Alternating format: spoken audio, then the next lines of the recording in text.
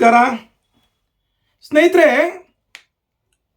December 5 ಹಾಸನದಲ್ಲಿ ಒಂದು ಬೃಹತ್ ಕಾಂಗ್ರೆಸ್ ಸಮಾವೇಶ. ಸನ್ಮಾನ್ಯ ಡಿ.ಕೆ. ಶಿವಕುಮಾರ್ ಅವರ ಪ್ರಕಾರ ಮತದಾರರೇ ದೇವರುಗಳು,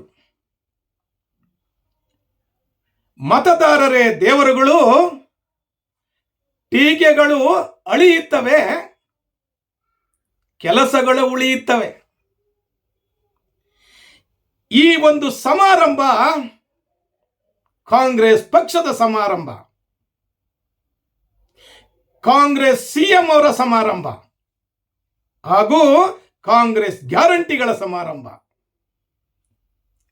ಸ್ನೇಹಿತರೆ, ನಾನು Prajakeeya Srinivas Belur. Welcome to Prajakeeya news. ಸ್ನೇಹಿತರೆ, ಈ ಎಲ್ಲ ವಿಚಾರಗಳನ್ನು ಒನ್ ಬೈ ಒನ್ ನೀವು ಚರ್ಚೆ ಮಾಡ್ತಾ ಹೋಗೋಣ. ಹಾಗಾಗಿ ಈ ವಿಡಿಯೋವನ್ನು ಸಂಪೂರ್ಣವಾಗಿ ನೋಡಿ ಹಾಗೂ ದಯಮಾಡಿ ನನ್ನ ಯೂಟ್ಯೂಬ್ ಚಾನಲ್ಗೆ ಸಬ್ಸ್ಕ್ರೈಬ್ ಆಗಿ ನಮ್ಮ ಒಳ್ಳೆಯ ವಿಚಾರ ಮತ್ತು ನಿಮ್ಮ ಒಳ್ಳೆಯ ವಿಚಾರಗಳನ್ನು ವಿನಿಮಯ ಮಾಡಿಕೊಳ್ಳೋಣ. ಸಬ್ಸ್ಕ್ರೈಬ್ ಆಯ್ತಲ್ಲ ಸ್ನೇಹಿತರೆ? ಡಿ.ಕೆ. ಶಿವಕುಮಾರ್ ಕಾಂಗ್ರೆಸ್ ಪಕ್ಷದ ರಾಜ್ಯಾಧ್ಯಕ್ಷರು ಹಾಗೂ ರಾಜ್ಯದ ಡಿಸಿಎಂ. 3 ಉಪಚುನಾವಣೆಗಳಲ್ಲಿ ಗೆಲುವು ಸಾಧಿಸಿ ಚನ್ನಪಟ್ಟಣದಲ್ಲಿ ವಿಶೇಷವಾಗಿ ಗೆಲುವು ಸಾಧಿಸಿ ರಾಮನಗರ ಜಿಲ್ಲೆಯನ್ನ ಜೆಡಿಎಸ್ ಮುಕ್ತಗೊಳಿಸಿ ಈಗ ಹಾಸನಕ್ಕೆ ಆಗಮಿಸಿದ್ದಾರೆ. ಅವರು ಹೇಳಿದ್ದೆಲ್ಲ ಕರೆಕ್ಟ್. ಮತದಾರರೇ ದೇವರುಗಳು, ಸರಿ, ಹೌದು. ಮತದಾರರು ನಮಗೆ ಸಂಪೂರ್ಣವಾಗಿ ಬಹುಮತವನ್ನು ಕೊಟ್ಟಿದ್ದಾರೆ. ಹಾಗಾಗಿ ನಾವು ಅಧಿಕಾರದಲ್ಲಿದ್ದೀವಿ ಹಾಗೂ 3 ಉಪಚುನಾವಣೆಗಳಲ್ಲೂ ಸಹಿತ ನಮ್ಮನ್ನು ಬೆಂಬಲಿಸಿದ್ದಾರೆ. ಅವರೇ ನಿಜವಾದ ದೇವರು. ಅವರ ಒಪಿನಿಯನ್ ಅನ್ನ ನಾವು ಬಹಳ ಗೌರವಿಸ್ತೇವೆ. ರೈಟ್.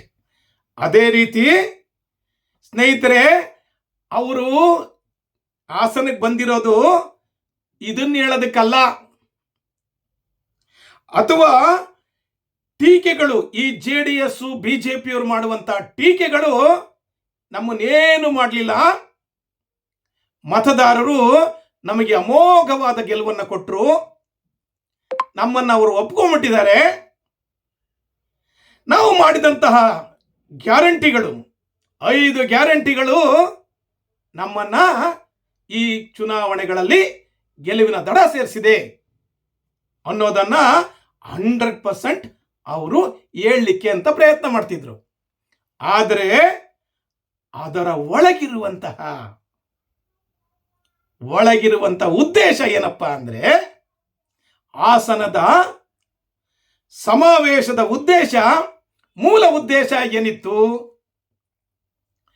ಸ್ವಾಭಿಮಾನಿ ಸಮಾವೇಶ ಮಾಡಬೇಕು ಅಂತ. ಸ್ವಾಭಿಮಾನಿ ಸಮಾವೇಶ ಅಂದ್ರೆ ಸನ್ಮಾನ್ಯ ಸಿಎಂ ಸಿದ್ದರಾಮಯ್ಯನವರು 40 ವರ್ಷದ ರಾಜಕೀಯ ಇತಿಹಾಸದಲ್ಲಿ ಬಹಳ ಸ್ವಚ್ಛವಾಗಿದ್ದಾರೆ, ವೈಟ್ ಅಂತ. ಅವರಿಗೆ ಈ ವಿರೋಧ ಪಕ್ಷಗಳು ಈ ಮೂಢ ಹಗರಣ, ವಾಲ್ಮೀಕಿ ಹಗರಣಗಳನ್ನ ತಂದು ಅವರ ಬಟ್ಟೆಗೆ ಕೆಸರು ಹಚ್ತಾ ಇದ್ದಾರೆ.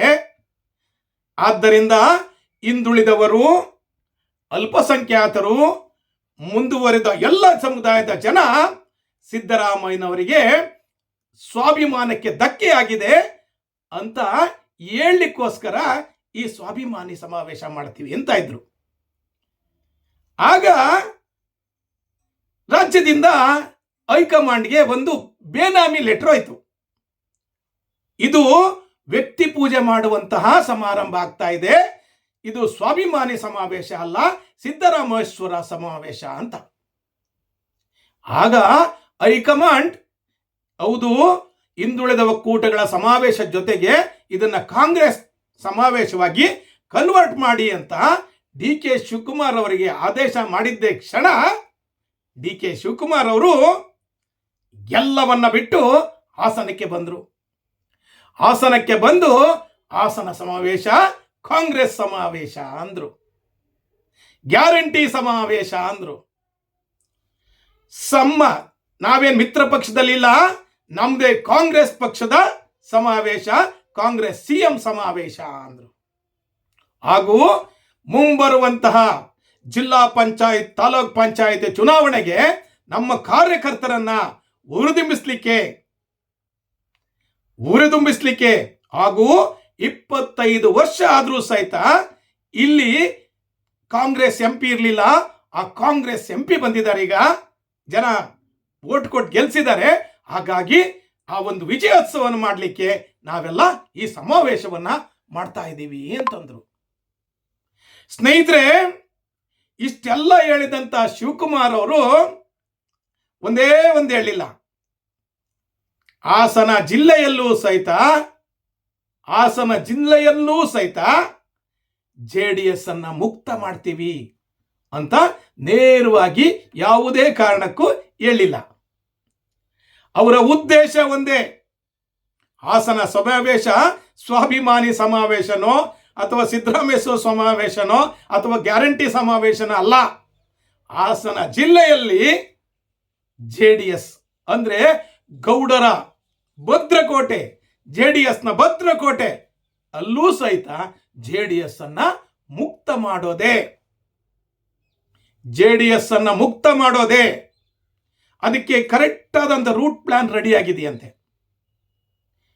JDS ಇಂದ ಯಾರ್ಯಾರು ಕಾರ್ಯಕರ್ತರು ಬರ್ತಾರೆ, ಮತ್ತೆ ಬಿಜೆಪಿಯಿಂದ ಯಾರ್ಯಾರು ಕಾರ್ಯಕರ್ತರು ಬರ್ತಾರೆ, ಅವ್ರನ್ನೆಲ್ಲರನ್ನು ಸಹಿತ ಪಕ್ಷಕ್ಕೆ ಸೇರಿಸಿಕೊಂಡು ಜಿಲ್ಲಾ ಪಂಚಾಯಿತಿ ತಾಲೂಕ್ ಪಂಚಾಯಿತಿ ಎಲ್ಲವನ್ನೂ ಸಹಿತ ಕಾಂಗ್ರೆಸ್ ಇಂದ ಗೆಲ್ಲೋದ್ರ ಮೂಲಕ ಸಂಪೂರ್ಣವಾಗಿ.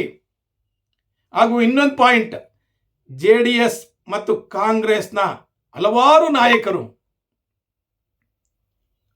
ಈಗ ಕಾಂಗ್ರೆಸ್ಗೆ, JDS ಮತ್ತು ಬಿಜೆಪಿ ಹಲವಾರು ನಾಯಕರು ಕಾಂಗ್ರೆಸ್ ಬಾಗಿಲಿಗೆ ಬರೋದಕ್ಕೆ ಕಾಯ್ತಾ ಇದ್ದಾರೆ.